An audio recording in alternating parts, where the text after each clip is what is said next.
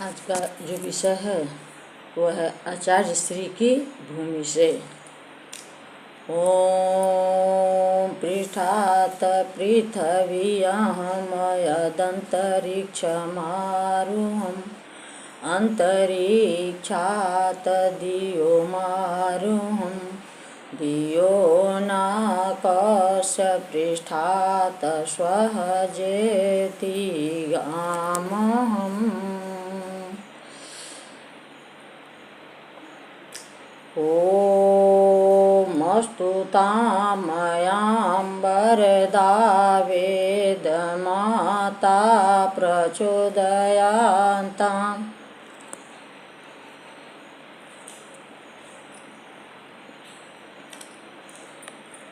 पावमानि द्विजानम् आयुः प्राणं प्रजां पशुं कृतिं द्रविणं ब्रह्मवर्चसं महाम्मा दत्त्वा व्रजत ब्रह्मलोकम्।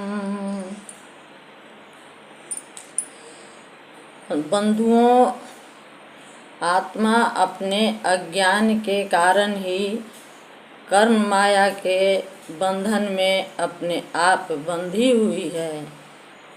हमें इस मिथ्या भ्रम को छोड़कर अपने आत्मज्ञान से सद्गुरु के ज्ञान प्रकाश में परम प्रभु की प्राप्ति करनी चाहिए। इसी तत्व ज्ञान को ध्यान में रखकर साहब अपने इस पद में कह रहे हैं, आपन पौ आप ही बिसरे, आपन पौ आप ही बिसरे। शब्दकोश में पौ के कई अर्थ हैं। उसमें एक अर्थ है सूर्योदय से पहले दिखने वाला मंद प्रकाश, और इसी संदर्भ में पौ फटना का अर्थ होता है उषा काल होना। अध्यात्म के अंतर्गत पौ का अर्थ आत्मा के प्रतिबिंब रूपी कर्म है। यह आत्मा स्वयं निज स्वरूप को भूल गया है। आत्मा अज्ञानवश इस संसार में जो भी कर्म करता है वे सभी कर्म तो आत्मा के प्रतिबिंब के ही समान हैं।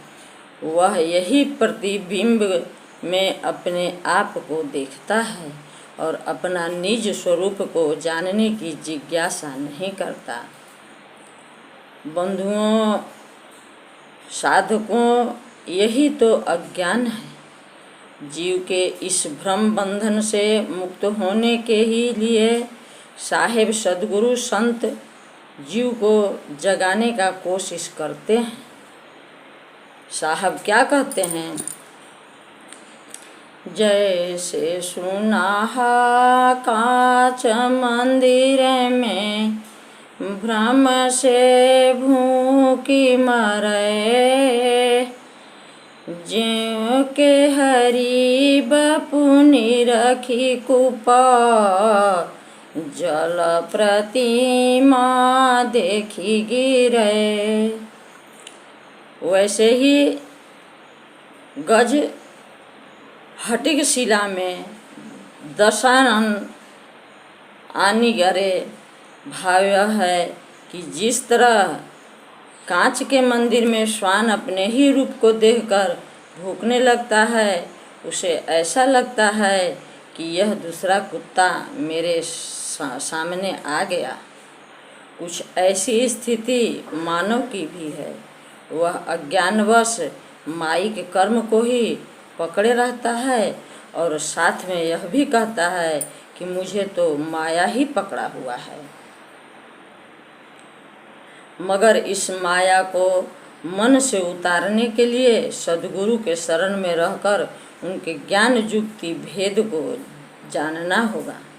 जब सद्गुरु ज्ञान से मन निर्मल नहीं होगा तब तक माया का खेल हमें अशांत रखेगा। सद्गुरु सदाफल देव जी इसके विषय में क्या कहते हैं?